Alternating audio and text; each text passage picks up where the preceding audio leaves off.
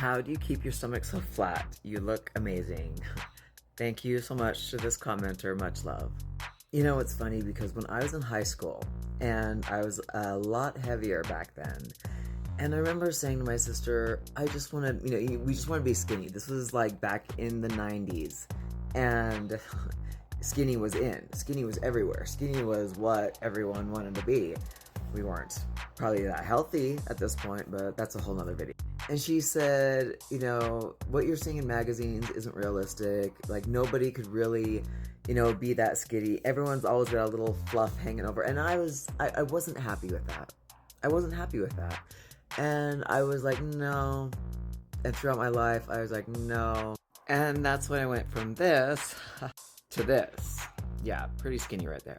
And over the last 25 years, I've relatively maintained my abdominals. They've been my scale. I learned that the scale is just a number, and numbers don't mean shit. What I used to measure my progress in the gym, in the kitchen, all that was my stomach, my abdominals. But blah, blah, blah. Who cares about any of that? The question is, how do you keep your stomach so flat?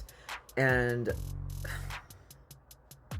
the funny thing is that I don't do any exercises for my stomach, like to focus on my abdominals. All these videos and pictures I post of the camera up above, so you can get a good angle down at what would look like a six-pack, which, it doesn't look like that all the time, it's just lighting. But, it all comes down to what we're putting in our bodies. At least that's been my experience. Now, when I very first got into fitness, I made a conscious decision that when I was going to be doing cardio, which I don't really do anymore either, is that I was on the stair stepper, and I loved it. That was my thing. And so with every step going up and down, I would contract my abdominals. I would focus on my abdominals, and I would contract my abdominals every step I took. And then I got to the point where if I was doing things just out in life, whatever, at a job, I would keep my stomach tight. I would keep it tight all the time. And then I got to the point where when it came to walking, and I would just have my posture, shoulders back, standing up straight, not slouching, good posture. It was just all these things that I implemented into my brain, mind-muscle connection, if you will, to keep my abs constricted when doing any kind of movement. I even do it at work. I'll be jacking up a truck with the floor jack, and I'll be concentrating on my abdominals as I'm doing it. It's just something that I've continued to do. When I'm lifting weights at the gym, I keep my stomach tight as I'm doing those lifts. And after this video, I'll give you a little slideshow from like 2011 up until now on how I've maintained my body. And the more that I dig, the more that I learn, the more that I research, the more, because I can't stop. This has become like the thing in my life that I was really good at doing, because I always hated my body in high school. I hated it. And I vowed when I went into physical therapy after having my hip rebuilt that this was going to be like something I would do for my life, for myself. And it's been quite a journey when I look back at things that I've eaten, ways of living that I've had, things that I was very religious about, how often I would eat throughout the day, even to where I am now. I'm constantly learning. I'm on a whole new path right now than I was, 3 months ago. And all I can do is tell you what I've been doing, what I've been learning, what I've been researching, and pass it on to you, and then have you decide if that's what you want to have work for you. But it really comes down to what you're putting in your body. You could have a desk job and still maintain a healthy, physique that doesn't have excess fat clogging up your arteries, that doesn't have excess fat that's causing diabetes, that doesn't have excess fat that's causing you, respiratory problems.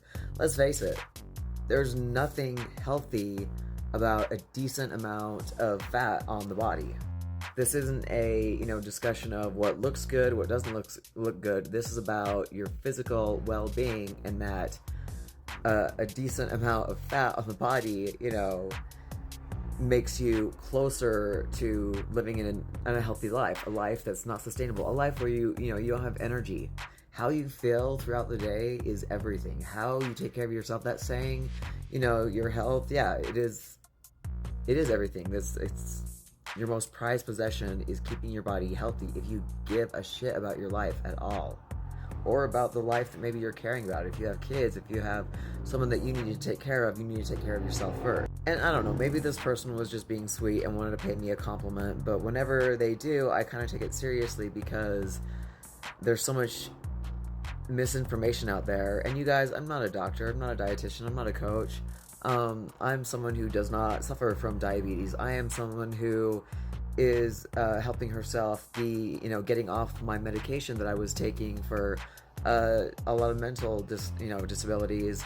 I am someone who is vowing to not have to get on medications to live. I am using what is on the earth to, live a healthy life. I am, like I said, doing deep dives into misinformation that we got way back in the 80s. Way back in the 80s and 90s, and when they were telling us, you need to stay away from this and eat more of this, and we believed it. I believed it because I did it. I just learned a lot of other things on the fitness aspect, on the bodybuilding aspect, that taught me, all right, well, have some carbohydrates, but if they're going to be carbohydrates, you got to have the good kind of carbohydrates and stay away from processed sugars. And so that was the biggest thing. Was me not drinking soda, since I was probably 13. Once I learned how detrimental and addictive that stuff is, it wasn't hard for me to not drink soda. And then they started bringing us, low-fat products, which, made us think that we were having things that were healthier options. Margarine, they were making us think that it was a healthier option. They were giving us seed oils disguised as vegetable options. They came from a vegetable that has to be healthy for us. More lies. What I'm saying is how I keep my stomach flat is what I put in my body, and how often I put it in my body, and how I treat myself, and just doing my best to stay healthy and stay away from what mainstream media would call healthy, and look deeper into historical, documents, historical ways that we used to eat, that our ancestors used to eat, of course, mainstream media didn't want us to know about it because they want us to be sick.